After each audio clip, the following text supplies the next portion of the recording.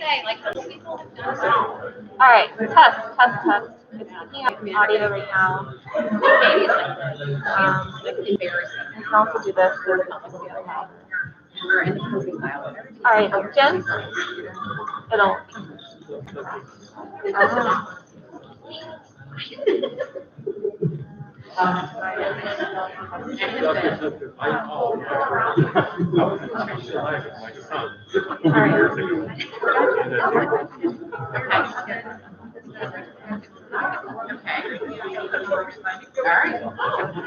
Click the little button. Click the little button. This button? Okay, it's on. All right, you tell me when to start. All right, Jen. Sorry, Jen. Jeff. Yeah. Do you want to put this back up? Yeah. Let me go ahead and turn this on. Yes. Blinking green, we're on?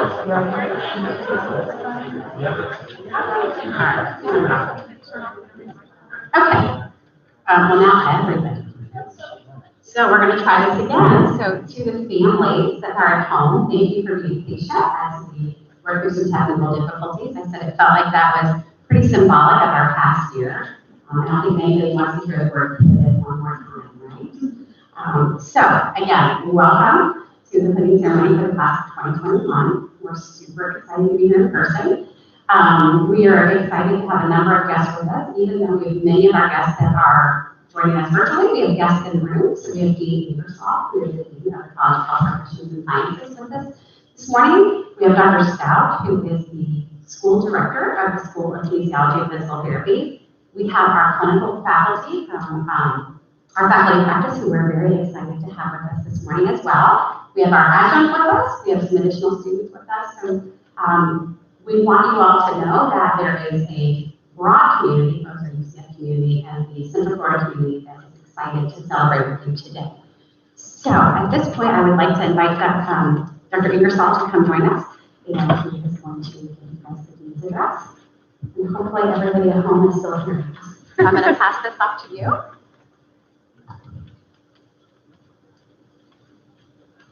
Thank you, Dr. Tucker. On behalf of the University of Central Florida and the College of Health Professions and Sciences, I want to welcome everyone to the 2021 hooding ceremony for our DPT students. That welcome is extended, of course, to all the students we have in the room, as well as the family, friends, and other loved ones who are watching streaming. This is a COVID-style hooding ceremony for sure, but welcome everybody. I want to say something very briefly to both audiences. First, I want to talk to the students. I want you to know we're incredibly proud of you. You did the work. You did the work in the classroom. You did the work in the clinical. You dedicated yourself to complete a very rigorous program. You've done it. And I think the faculty will agree with that and even maybe give you a light applause so we don't screw up the audio in the process. Congratulations. To the family, friends, and other loved ones who are watching, I want to say, reiterate how incredibly proud we are of your student and all the work that they've done. You now have an expert in your family, so when your shoulder or your knee or your back hurts, you have someone that you can call on to help you with that. One privilege that the dean has as you finish this particular program is I'm going to give you your final quiz before you officially graduate. And my question to you is very simple. The faculty have heard me say this before, so no cheating in answering the question. But my question to you is this. You will be receiving a Doctor of Physical Therapy degree. What does doctor mean? Go ahead and shout it out.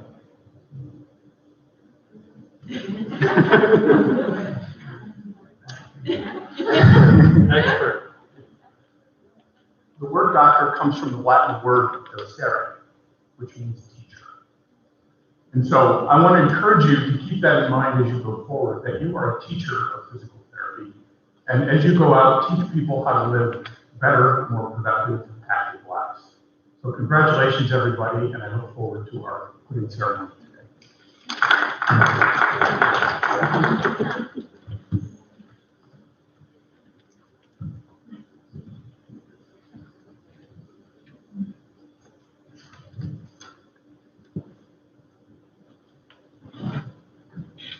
Okay. I'm really happy to be standing here and congratulate you guys on this part of your journey. You know, as we've all gone through a lot over the years, I think you really need to be commended on your perseverance. I want to thank everyone who's viewing as well virtually, to the families, friends, other support systems. They could not have achieved what they've achieved so far in their lives or in this program without you, and we need to know that. I want to read you guys something to think about, and I'm going to speak to it here shortly after. But this reading here is called The Station. Some of you may have heard this at some point in time in your lives. But tucked away in our subconscious is an idyllic station. We see ourselves on this vision on a long trip that spans the continent. We are traveling by train. Out the windows, we drink in the passing scene of cars on nearby highways, of children waving at the crossing, of cattle grazing on the distant hillside, of smoke pouring out from the power plant, row upon row of corn and wheat, flatlands in the valley, mountains and rolling hillsides. But uppermost in our minds is the final destination. On a certain day, on a certain hour, we will pull into the station.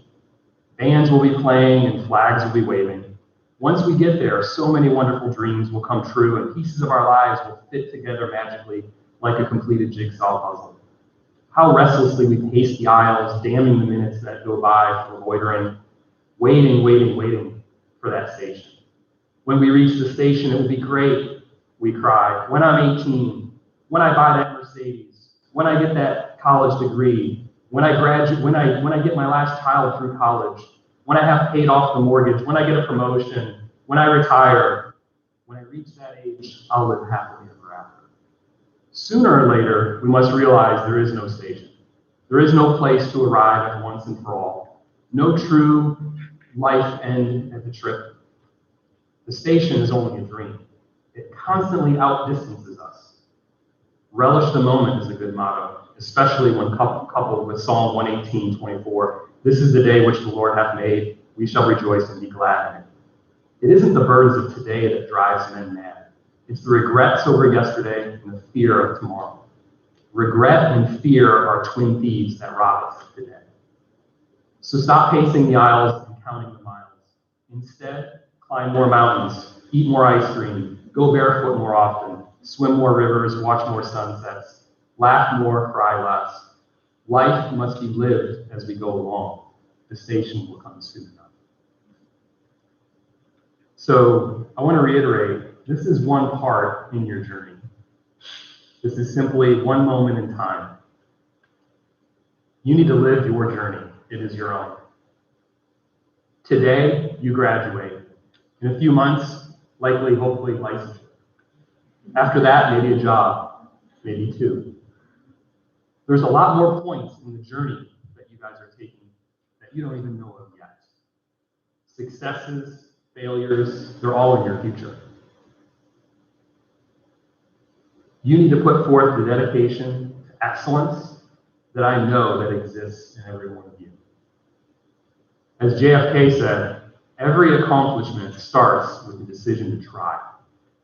As you seek your station, know that we are here and I'm here for you guys. So congratulations.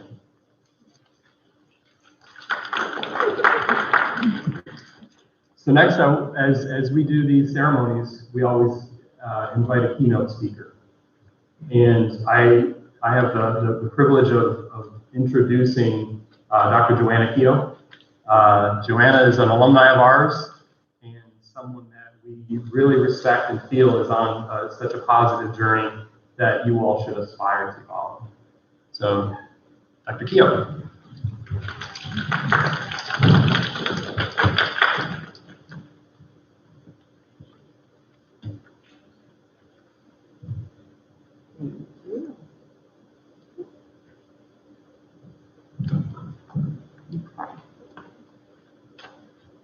I didn't grow up in the Zoom world, so I don't know where to look.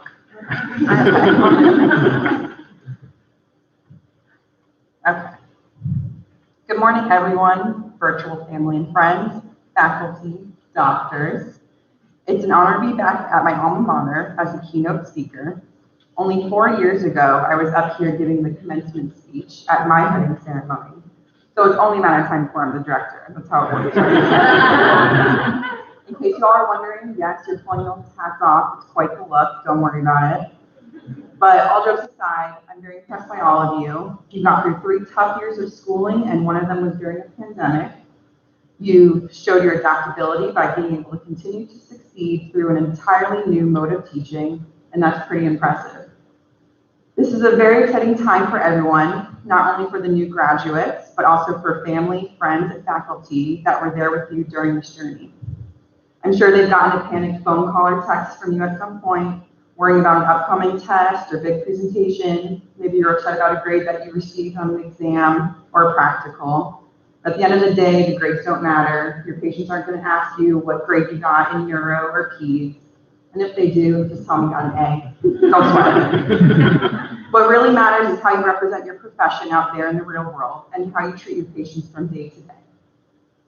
So my first job out of PT school, I was at a pretty large hospital. It was great at first. I made friends quickly. I got along with my direct supervisor, and I learned a lot.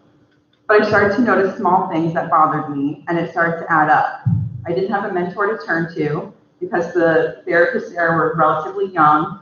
I realized that later it was because there was a high turnover of therapists in my particular department. Some surgeons and physicians would demand, almost bully the therapist to mobilize patients.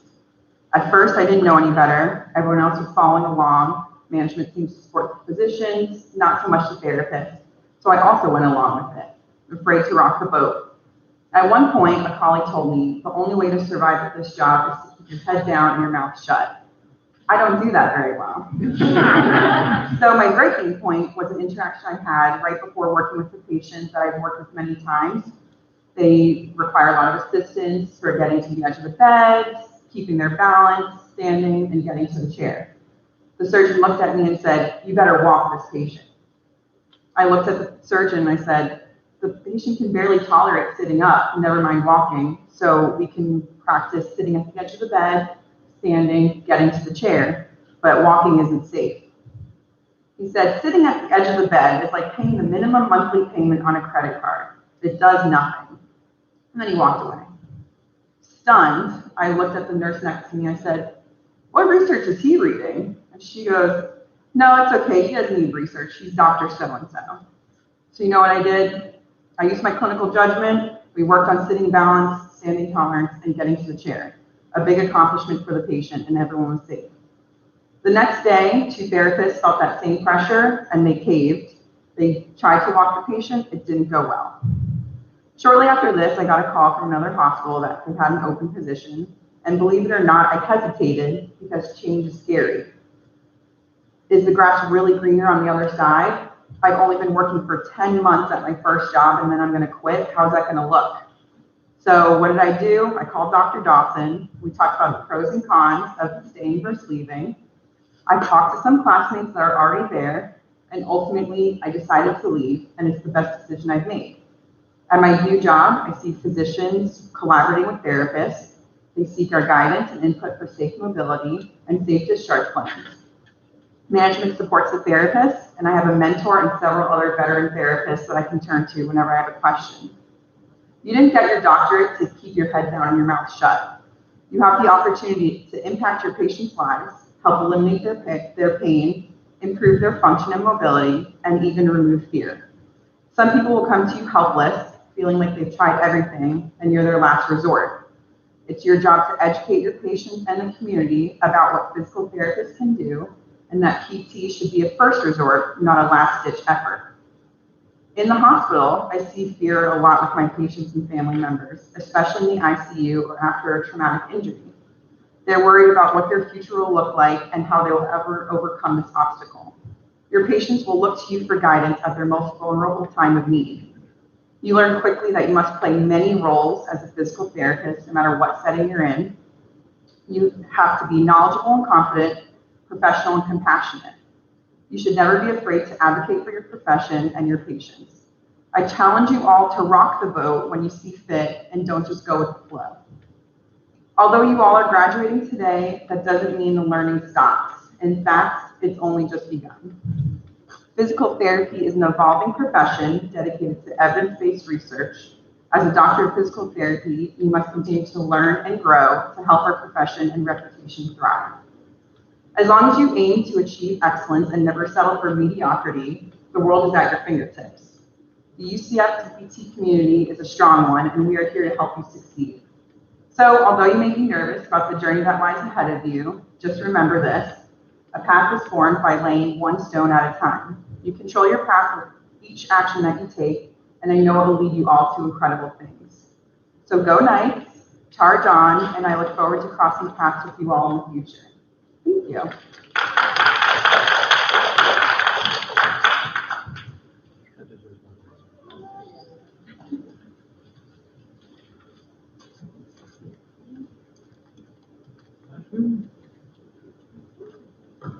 Good morning, everyone. All right, so I wanted to start off by just thanking our faculty and staff one more time for organizing this for us in the pandemic. So it's a new class. Okay, so I decided to write a poem to my epic condiles. The time has come to honor your hard work and celebrate as one. We've come a long way since our first day, a big transition that we hoped would turn out okay. But one thing we quickly realized after long study days and late nights is that the best memories of all would be with the ones that were there through it all. You see, when I joined this class, I told myself one thing: just make sure you pass. But I forgot that the most meaningful of times would come from sharing it with those who are by your side. You see, you learn a lot about people when you spend 8 hours together dissecting. You may learn talents, stories, and musical tastes you were never suspecting. Remember when you ran from class on Wednesdays to get ice cream? Or when you won your first time game together and your eyes glistened blue? Maybe your closest family and friends noticed you studying and working hard to no end. But the only people who could truly understand your plight were the only ones who could make this experience right. In the times we thought we might lose our sanity, our classmates who became our friends became our UCF DPT family. But of course, we cannot forget those who give their time to ensure our needs are met. Our professors who with humor, wisdom, chocolate, and more always made sure they had an open door. It's not easy to be an educator in a pandemic, but we still had an opportunity to learn from some of the strongest academics. Our faculty, who made a point to instill their values in us, demonstrated in uncertain times what it meant to adjust. Life has a way of teaching you the most valuable lessons from hardships that become your greatest blessings. The most exciting part of all of this is that a new chapter is beginning, one you don't want to miss. Our paths may diverge just as broadly as our directions, but we cannot forget our lifelong connection. They say PT is a small profession, so we will meet those who walked this path before us and those in our succession. We have worked extremely hard to make it to this point, so please sit proudly. Take in this moment, enjoy it, say it loudly. As you revel in your celebrations that will commence momentarily, I am very proud to say that we are now doctors of physical therapy.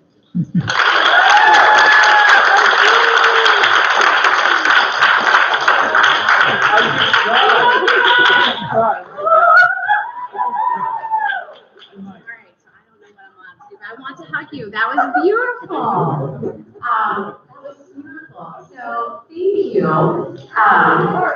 Yeah, that was beautifully done, Ashley. So at this point in the hooding ceremony, we do switch gears a little bit to recognize certain students. But I want to take a moment to tell you that we have awards and we have a list, but I want you to know that they are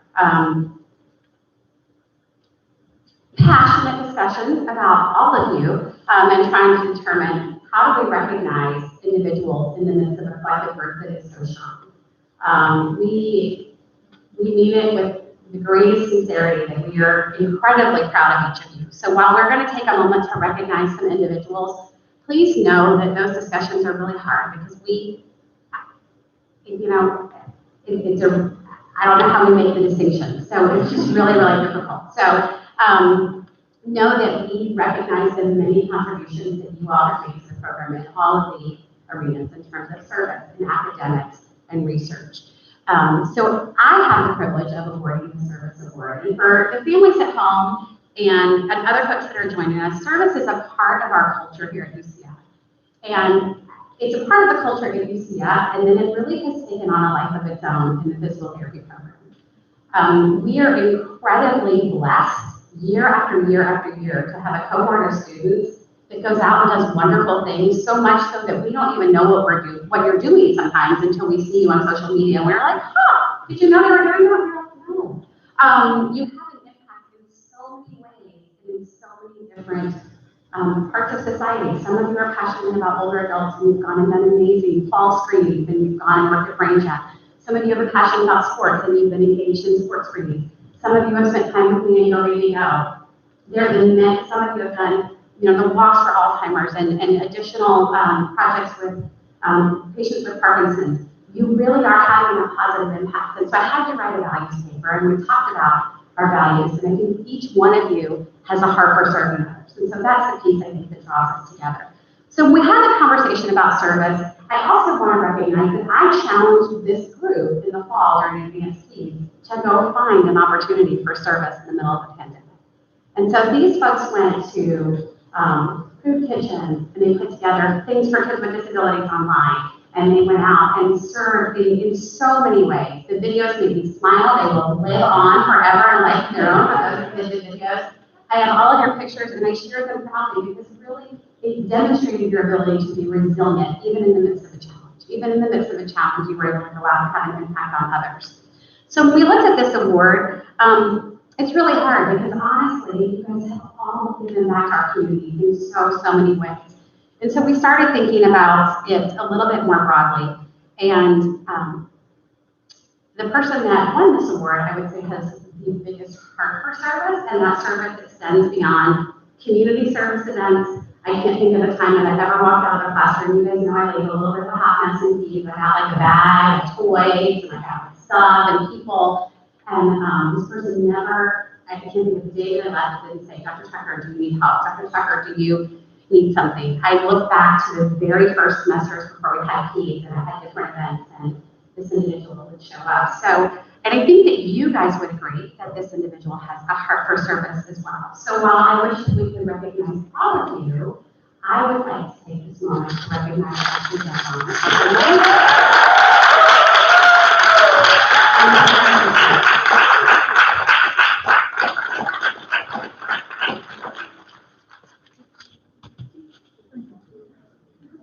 And a mom. Our newest mama, so.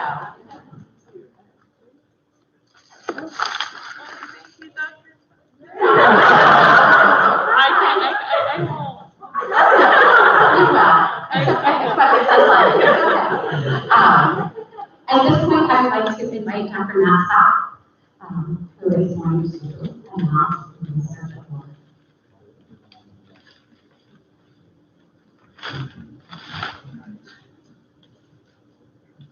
How you doing? I think it's all working. What do I do? Can people see me? Okay. Good. I need a lot of help. Button. There we go. Good. How's everybody doing? Good. Class of 2021. Doctors of Physical Therapy. I did prepare some words because you all know that if I don't have anything prepared, this could go off the rails. So just a couple words about research and science before actually handing out the award. So, Doctor of Physical Therapy, I'll bet that when you were applying to DPT programs, conducting research wasn't at the top of your list when making decisions about your future. And yet here you are, experts in research alphabet soup. IRB, City, MDC, ANOVA, And of course, Cohen's D. When our faculty told you that the nerd jokes come. When our faculty told you that conducting research in graduate school would be challenging, none of us were accounting for a global pandemic. Every research project that I've ever been a part of has thrown you curveballs, but it's how you adjust to the curve that matters. Congratulations on your resiliency and dedication towards a successful research project during your DPT program. Last week, before beginning your presentations, you may recall I opened up by kind of explaining, if you will, how badly research or how badly COVID had impacted your research efforts. Afterwards, when we all got done, I said there's no need for us to do that because you all did such a great job and no one would have ever noticed. So wonderful job last week and this week. I don't necessarily think that conducting research in graduate school is important just for the data, publication, the presentation, but ultimately what you gather from it is a new skill set that really combines a couple of elements that to some extent seem sort of contradictory. And those are skepticism for new ideas, but at the same time, an open-mindedness. Developing also too, the willingness to be objective in the face of a lot of emotions. For healthcare to thrive and for you to thrive in your career, you're going to have to keep up with the best evidence. And like we've heard so far today, things are going to change a lot throughout the course of your career. And you're going to have to make decisions based upon research in large part. So overall, the faculty all want to congratulate you on a job well done, on your research efforts. And as I mentioned, really handled everything well, given the nature of the situation. So with that said, the award that I'm going to give out is actually a little bit unique. And as Dr. Tucker mentioned, these discussions are always very exhaustive and very spirited discussing these awards. So actually one of the things that we're going to do this year, which maybe seems, I don't know that we've ever done this before, I'm not exactly sure, but we actually have a plaque that basically says, congratulations to the class of 2021 on your Research Resiliency Award.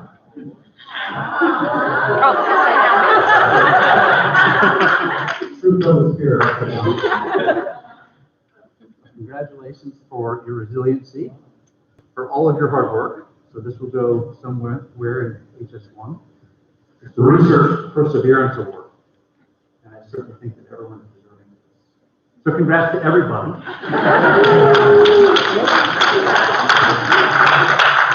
So with that being said, we did want to point out or make special note of one student that tends to go above and beyond. Again, as Dr. Kirk said, this is so challenging because they're all so good. It's so hard to do. But we did have a lot of discussion, and essentially this award goes for a student that not only contributed significantly to the group project, but was also engaged in research kind of throughout the 3 years while in the program. So without further ado, this year's awards winner is Zach Logus.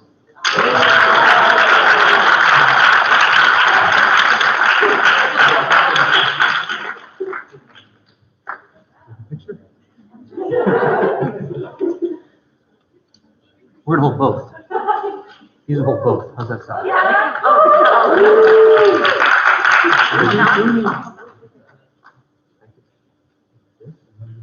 Smile. Can I do that?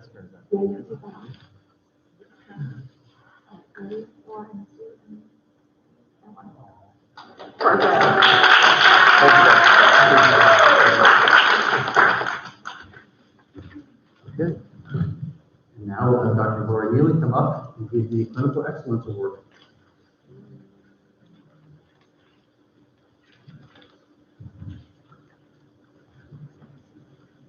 Congratulations, everyone. You're all done. So just to echo what Dr. Scott and Dr. Tucker said, this was a very difficult decision because every single one of you is the definition of clinical excellence. I cannot tell you the number of emails and phone calls I had about each of you saying, I would love to have another UCF DPT student if they're like one of these students. So thank you for making my job very easy. I get calls and all the time saying, you know, do you have anyone else that you could send us? We could take somebody next month. I'm like, oh, more right now. So it's all because of you.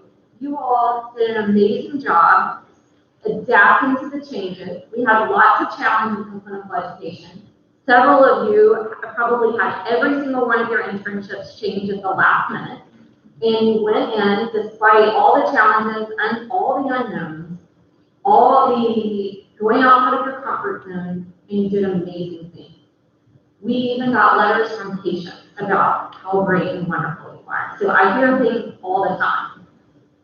So congratulations on the job well done, especially in very extenuating circumstances, trying to navigate healthcare in the middle of the pandemic. But this year's award winner, I had calls from all 4 of the clinical instructors telling me that this was the best student that they had ever found. This student even had a hashtag after him. So this year's award goes to Alex.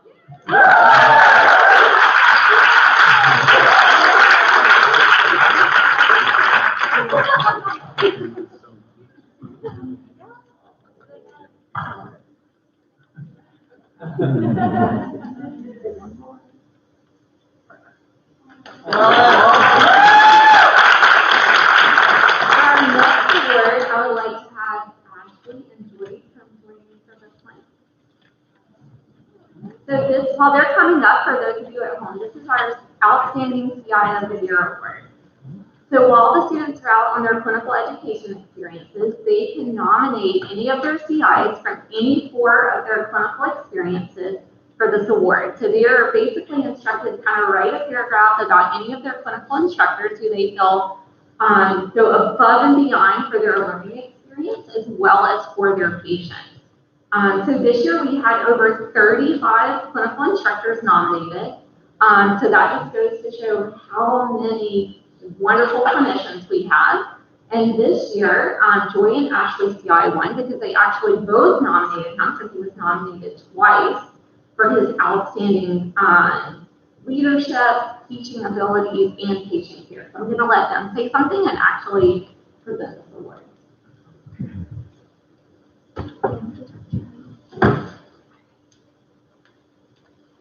I guess I'll take this off since everyone else did. Just kind of crash a little bit from Ashley.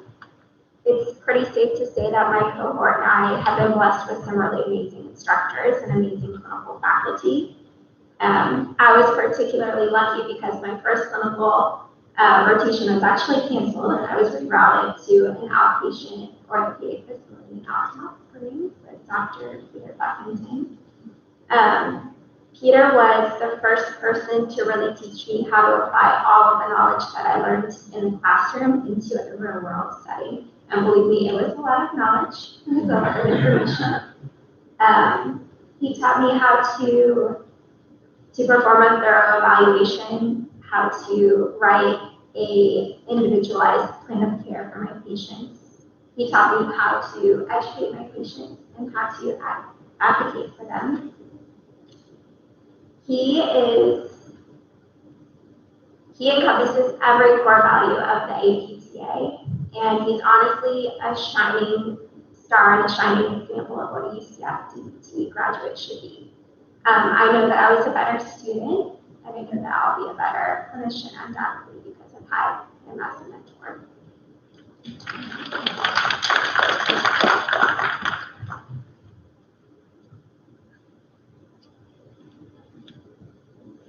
Okay.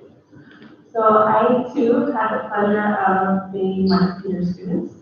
He was my clinical instructor for our 4th and final rotation, during which I was 7 months. Peter encompasses all the characteristics that a perfect CI would have. I know there's no such thing as perfect, but he is amazing every single day. He is caring, he's extremely noble, he's patient, he's non-judgmental. I would text Joy and be like, Joy, I think he's just very, very nice to me because I'm pregnant. And then she'd be like, no, he's like that with me too. I'm like, okay, well, he's like great. I don't know. And throughout the whole semester, we would talk about him because we were both like, wow, he's so good. So I like Joy to feel like become a better student and I will be a better clinician because of you. So it is both of our honors to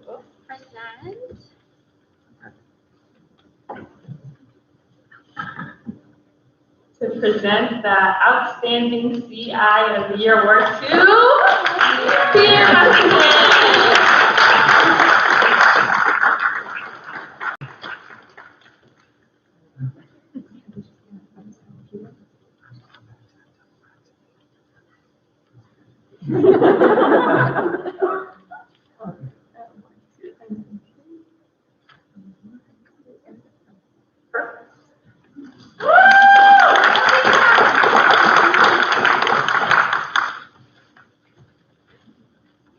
And now we would like to have Dr. Smith come forward to present the academic award.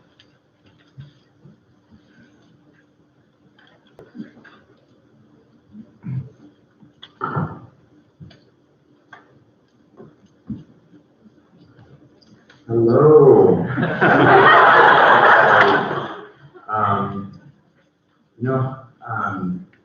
Kind of bittersweet because every cohort we have that comes to our curriculum are, special and great, but this cohort in particular is just special and I'm really sad to see you go. I remember lively discussions in class and everyone was engaged, no one fell asleep. Really, and as a faculty member, it makes me better to have engaged students. I can't tell you how meaningful that is, and I'm a little sad to see you guys go.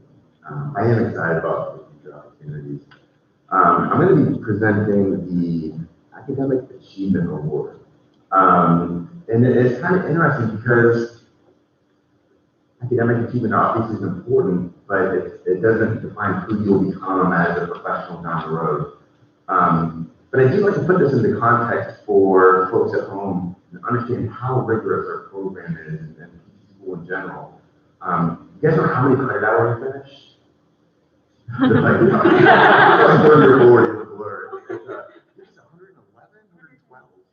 112, 116. It's a lot.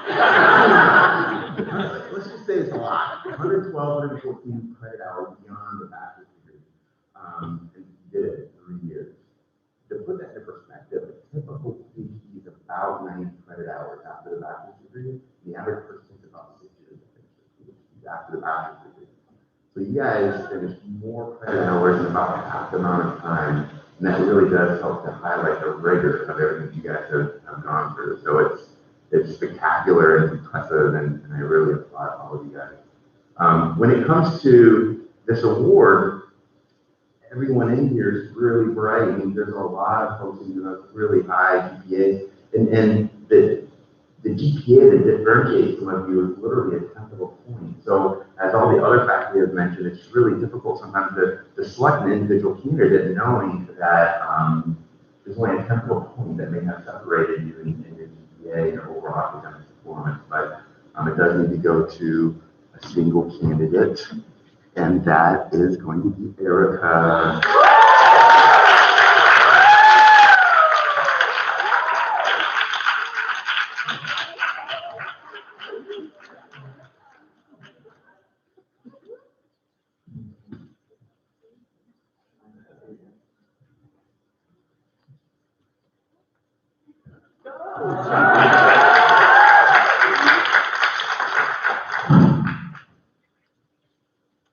And I'm going to introduce Dr. Davian.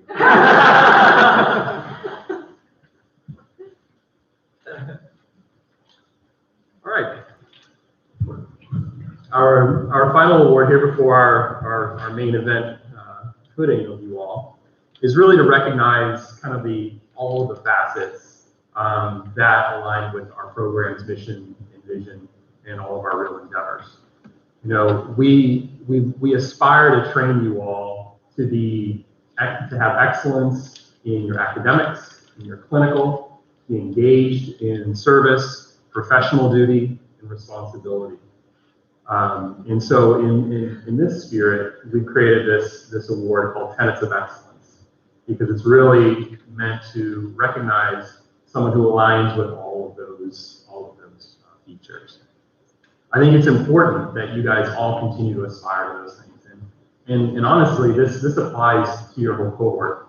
You know, all of you did a fantastic job in your engagements in all of these areas. And I really do mean that. You know, in this year, in these times, you know, I feel that we certainly need to recognize someone in your cohort, not only for those things, but for unwavering leadership and ability to step up to the plate at any given time. So we want to recognize who's there.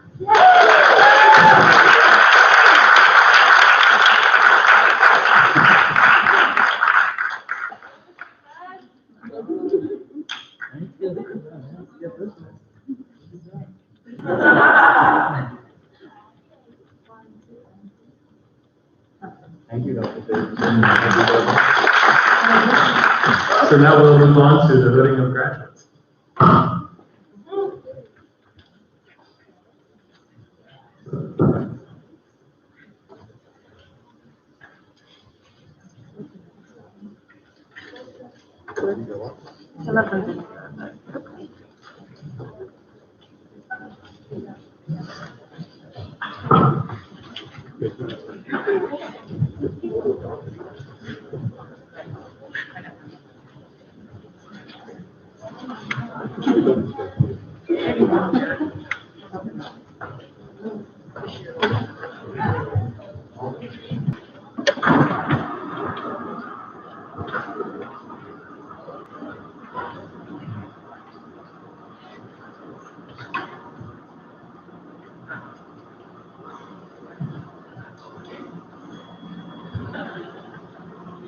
Congratulations, guys. Here we go. Robert, aisle 5.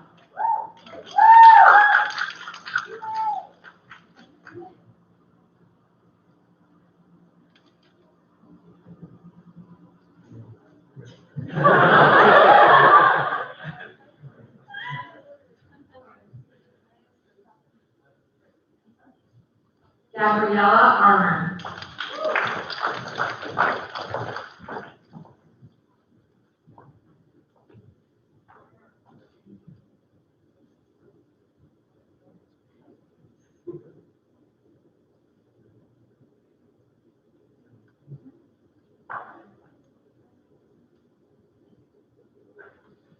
Emily Banta.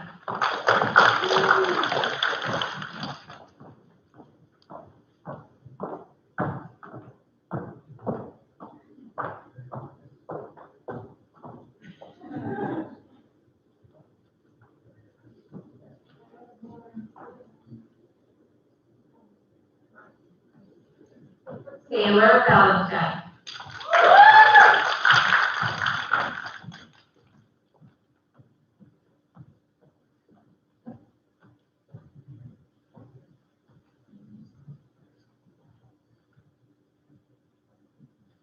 Lamar Burke.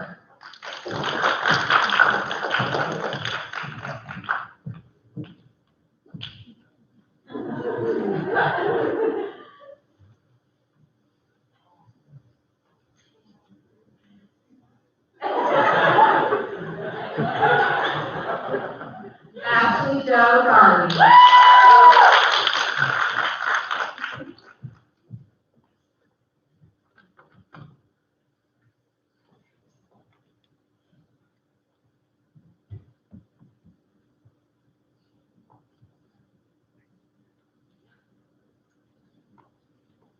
Alex Davis.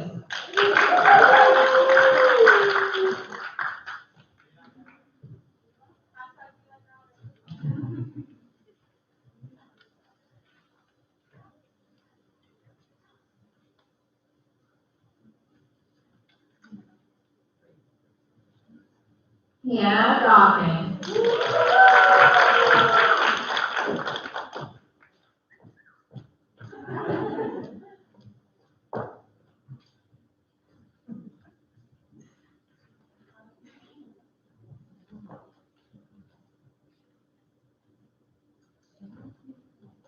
Edwin Espinoza.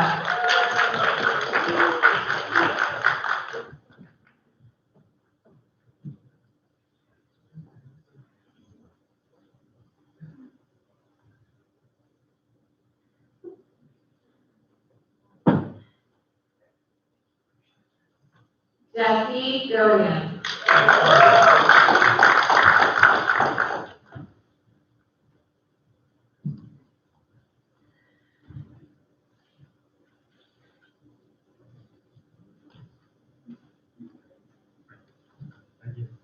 Melinda Geisel.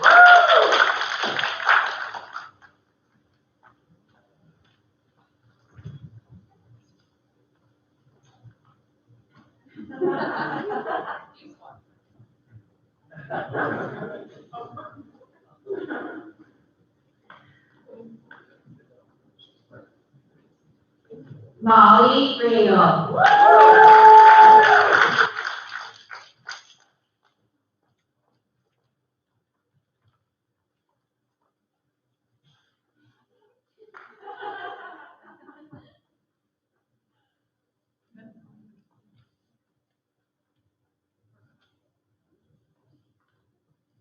Uzair Khan.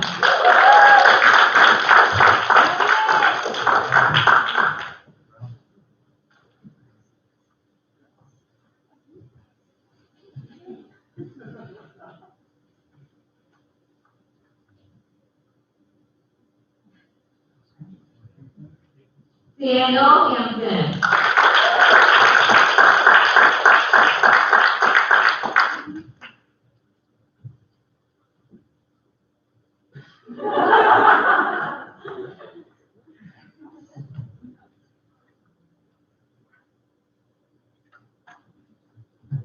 Joy Kitzmiller.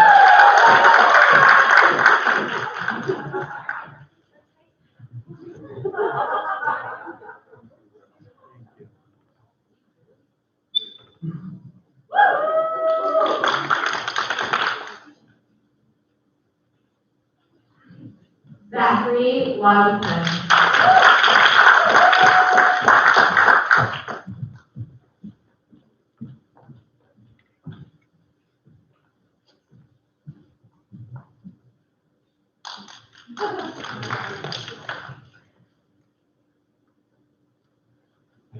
Humphrey Mesa.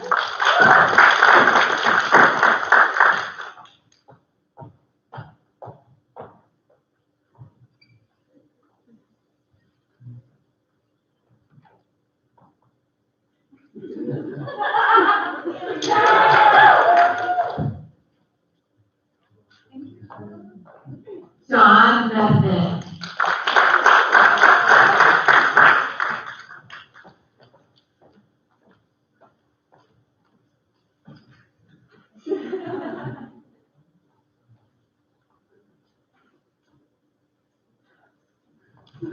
Rachel Rose.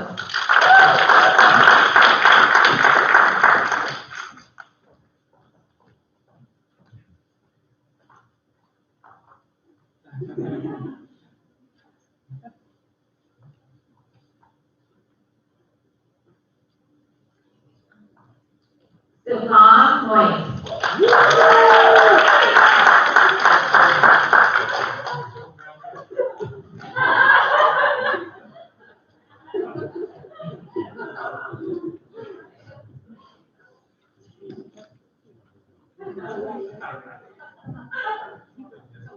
Emily Montecalvo.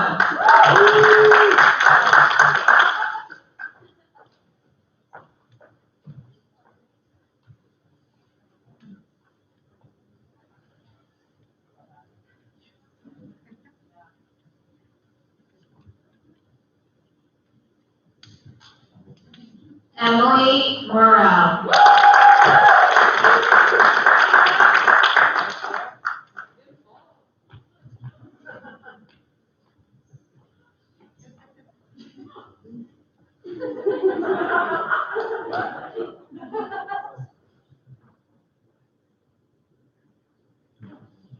Maria Musa.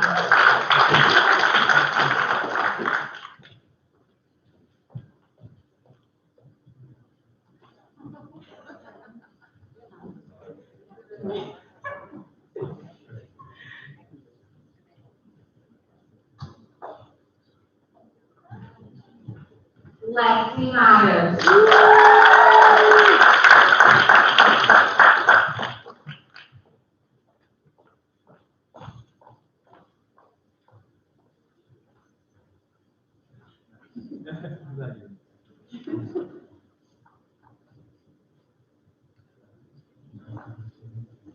Vanessa Novoa.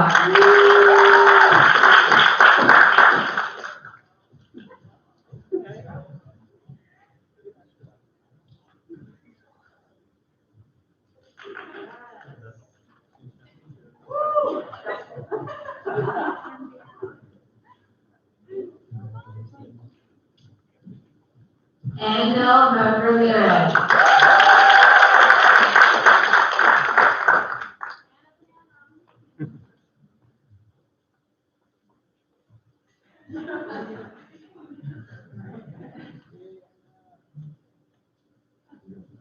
Erica Rabier.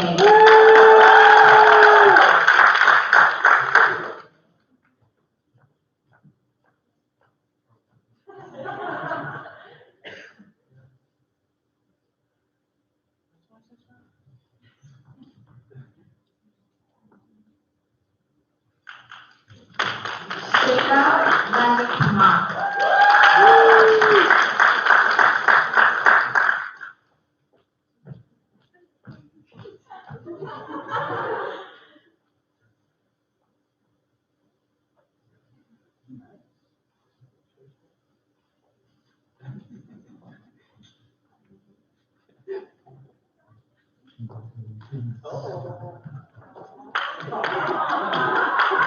Justin Richmond.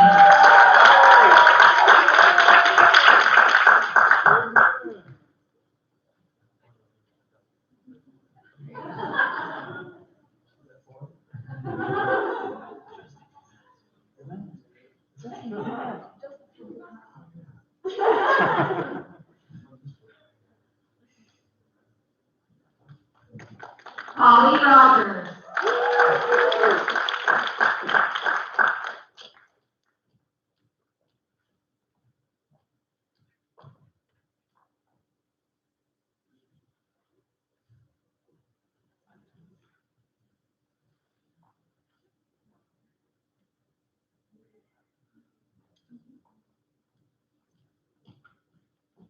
Nicole Russell Malringo.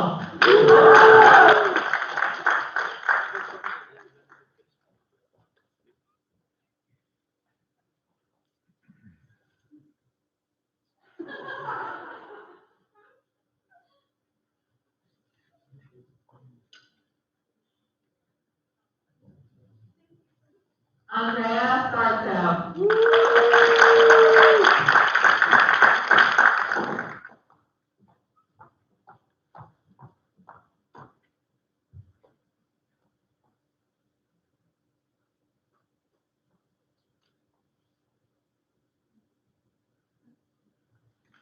Kimberly Singh.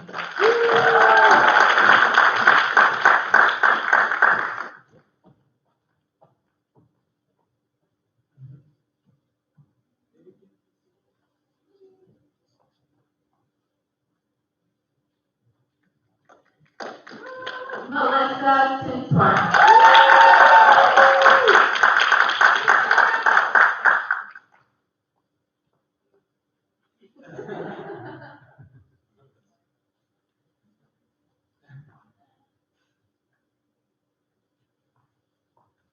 Seher Battenfeather.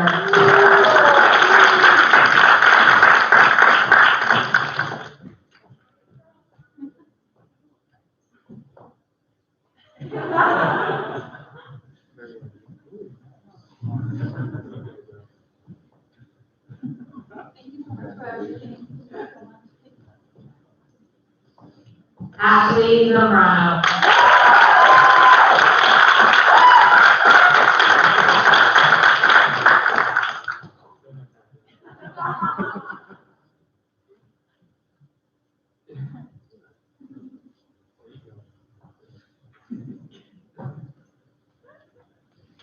Congratulations to all of you on this 2021. Now I invite Dr. Dawson and Dr. Diallo to come up to lead us in the reading of the physical therapy professional oath.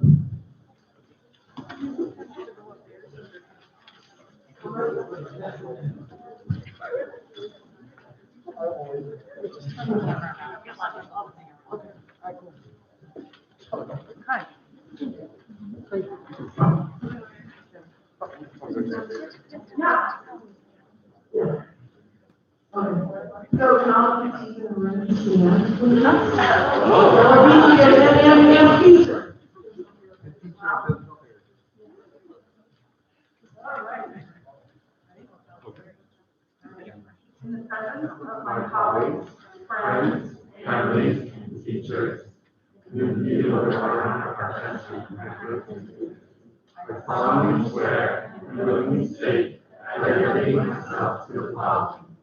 I will practice physical therapy with compassion for the vulnerabilities in each of my patients and will work to preserve their dignity and promote their health and welfare. I will value the lives of my patients as I value my own life, with my concern for their significance, with respect for them, and the confidential nature of our relationship. I will be humble. I will recognize my limitations, and I will continue to consult with my colleagues and coworkers for knowledge, which I can very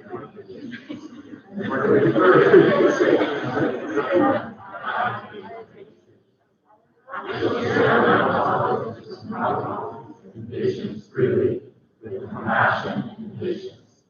I will work toward the improvement of the quality of life for all my patients. I will honor the choices that my patients make with respect to their wishes and needs. I will do no harm to another human. I will work to improve the practice of physical therapy so that all who seek it will receive treatment which is proper, ethical, and just. I will not allow my judgment regarding the practice of my profession to be influenced by race, creed, religion, greed, or unethical behavior. I will accept the same behavior from my colleagues and coworkers. Thus, with this oath, I freely accept the obligations and rewards which will apply my practice of physical therapy.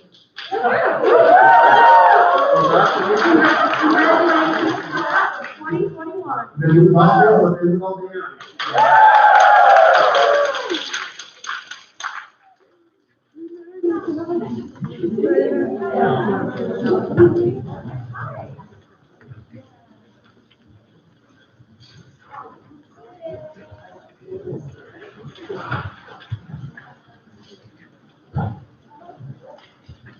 Well, hey, I want to give one last congratulations and close this out here. Let's go ahead and break the audio on this thing for a round of applause.